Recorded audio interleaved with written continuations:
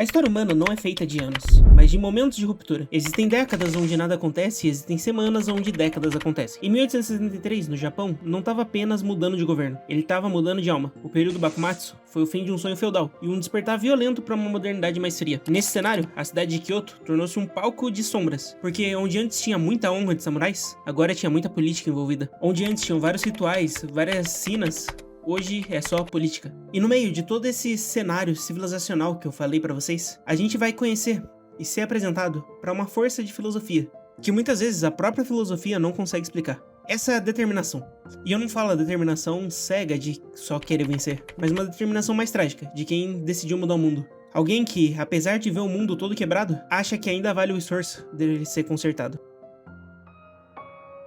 Com toda essa reflexão, a gente entra no mundo de Blue Miburo.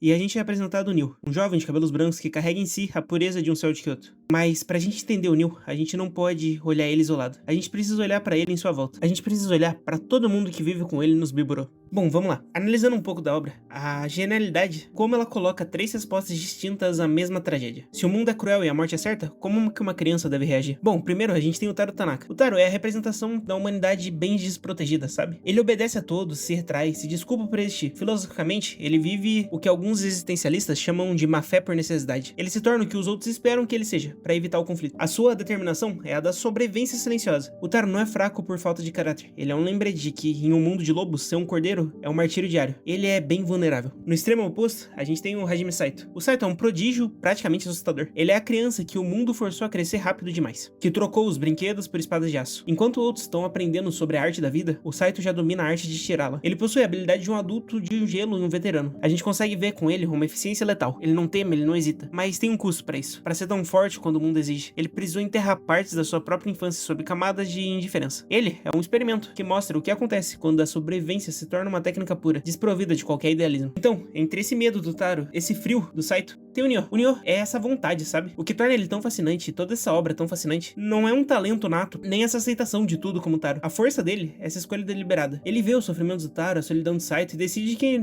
ele não é assim. Ele nunca foi assim desde pequeno, na verdade. Ele sempre foi diferente. Ele sempre quis seguir o próprio propósito. O propósito que ele definiu pros Bumiburo. A relação entre esses 3 e todos os outros Bumiburo é o coração emocional de toda a obra. O Nioh atuando como um ponto de gravidade. Ele estende a mão pros outros, mostrando que essa dignidade e obediência que os outros têm não vão dar certo. Ao mesmo tempo que ele conforta o Saito, lembrando que a força sem porquê é apenas bárbara. Agora imagina, todo o peso que o Nioh carrega. Ele carrega o peso do seu ideal, da sua determinação. Ele tá lutando pra manter o equilíbrio, mas ele não sabe lutar.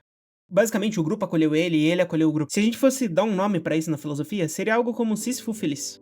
Na filosofia, quando Sísifo empurra a pedra pra cima da montanha, mesmo sabendo que ela provavelmente vai cair e vai voltar rolando tudo do zero, ele encontra algum sentido nesse esforço. É basicamente assim que o Nioh é em toda a obra. Ele se determina a ser forte o suficiente pra proteger a fragilidade do Taro e é humano o suficiente pra não se perder na frieza do Saito. É basicamente esse trio central da obra e o trio que eu quero abordar hoje. Porque esse trio vai mostrar pra gente que a determinação não nasce no vácuo, ela nasce do contato com o outro. Porque se a gente for parar pra ver, a determinação é uma semente, mas sem um solo adequado, ela nunca se torna uma árvore. Pro Nioh, esse solo foi os Miburo. E o jardineiro que tá encarregado de podar suas fraquezas como uma lâmina é ninguém menos que o Hijikata-san, o vice-comandante de demônio. Bom, muitas vezes a gente confunde determinação com entusiasmo. O entusiasmo é o que faz a gente começar. A determinação é o que nos impede de parar quando a dor se torna insuportável. Ao entrar oficialmente na rotina dos Miburo, Nioh é confortado com a primeira grande verdade do mundo adulto. A intenção não vale nada sem a capacidade de execução. O Hijikata entende o Nioh, mas ele vê um problema. Um garoto com ideais demais, que talvez dê certo, mas com pouca técnica. Se ele continuar assim, ele é apenas um cadáver esperando o que vai acontecer. Porque meio que a filosofia que levou o Hijikata pra sempre foi a sobrevivência e a ordem. E tem uma beleza muito trágica na cena de treinamento desse anime, inclusive. Porque se você for ver a diferença desse trio central, o Taro, ele treina com o Sekizawa-san, mas ele treina por medo da punição, do que o Sekizawa vai pensar dele. Afinal, o Sekizawa treinou ele desde pequeno. O Sekizawa tirou ele da rua e deu um nome pra ele. O Saito, ele treina pra perfeição da técnica. Ele já é a própria lâmina. E agora o Nioh, ele tá treinando por uma promessa. Se a gente for olhar na filosofia de Aristóteles, a virtude é o meio termo entre os dois vícios.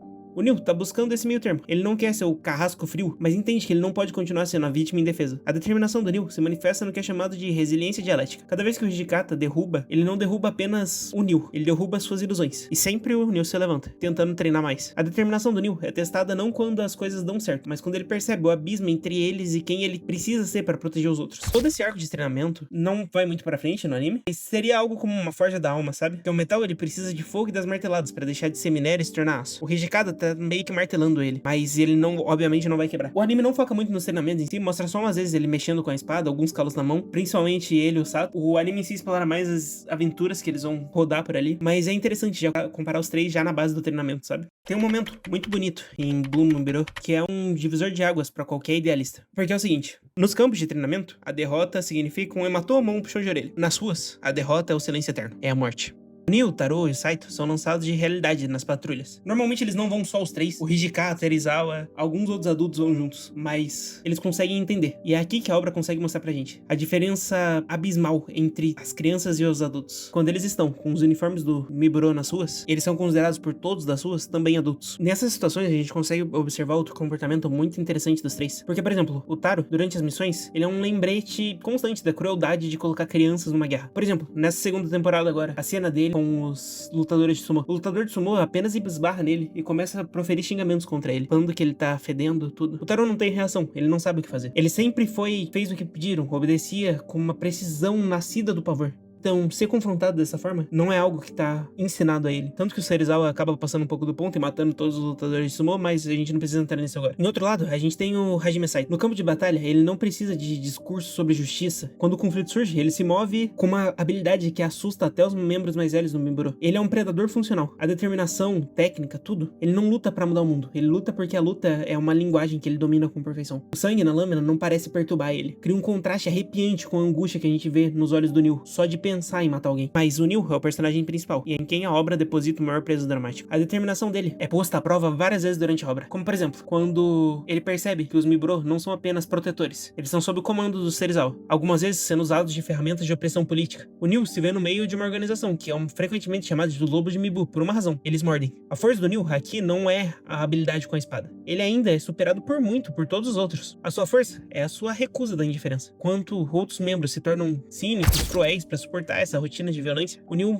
se recusa a endurecer o coração. Ele sofre por cada pessoa que não consegue salvar, ele questiona as ordens que ferem os inocentes, e ele briga muito dentro dos lobos de Mibu. Muitos diriam que isso é uma espécie de fraqueza, mas na verdade o nível mais alto de determinação que você pode chegar é isso. A determinação de manter o sistema que tenta te corromper a cada segundo. Quando o Neo segura o cabo da sua espada, ele não faz apenas para cumprir um dever, mas para garantir que o azul que ele veste continua tendo um significado de proteção, de dever, e não uma morte aleatória. Ele obviamente vê pessoas morrendo, vê injustiça florescer, mas vê injustiça rodando, até mesmo questiona pessoas de dentro de Miburo. O Neo se revolta com esses casos. A sua determinação é uma chama de resistência. Nesses casos mesmo que eu citei da segunda temporada, em que o Serizawa mata todos os lutadores de sumô, o Neo se enche de ódio. Ele começa a entender que para mudar Kyoto, ele vai ter que sobreviver ao próprio grupo que o acolheu. Ele precisa ser forte, o suficiente para que seu ideal de justiça tenha voz diante dos gritos de guerra dos adultos. O que ele faz muito bem. Ele sabe ler pessoas como ninguém, afinal. O Neo tá aprendendo que a determinação dói. Ela não é um superpoder que resolve tudo. A vontade de continuar caminhando, sabe? Mesmo com os pés sangrando e o coração partido. Ele sempre tá olhando pro céu azul,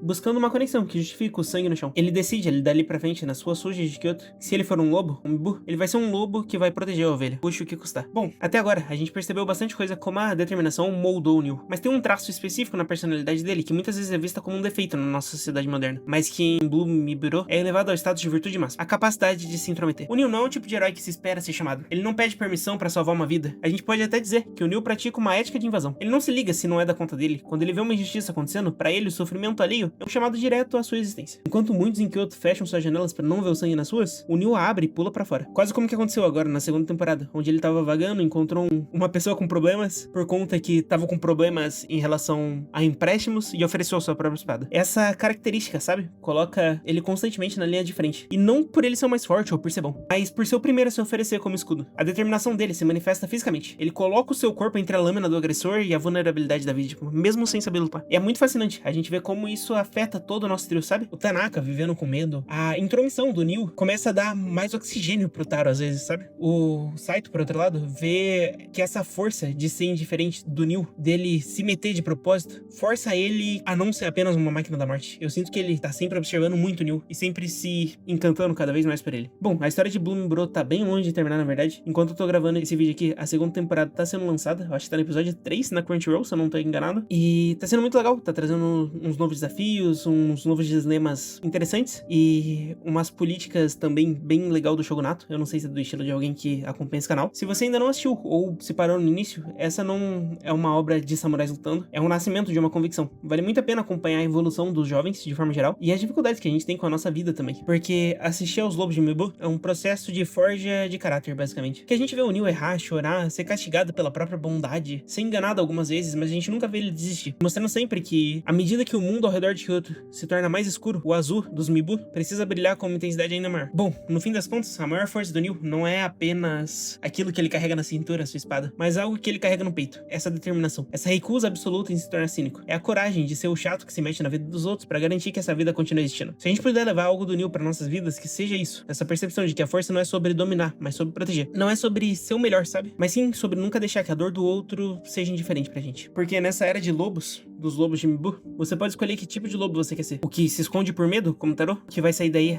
atacando os outros, como o Hajime, ou o que decide que nenhum inocente vai ser deixado pra trás enquanto ele tiver fôlego. Essa determinação do Neil é o verdadeiro Haori dele, e esse azul é um azul eterno.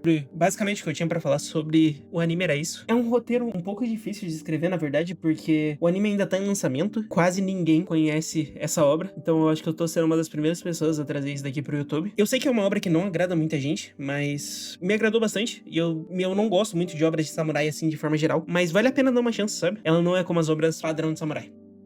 Enfim, muito obrigado por me ter ouvido até aqui, e até a próxima. Vira membro aí, na moral, vira membro, vira membro. Tá baratinho, vira membro.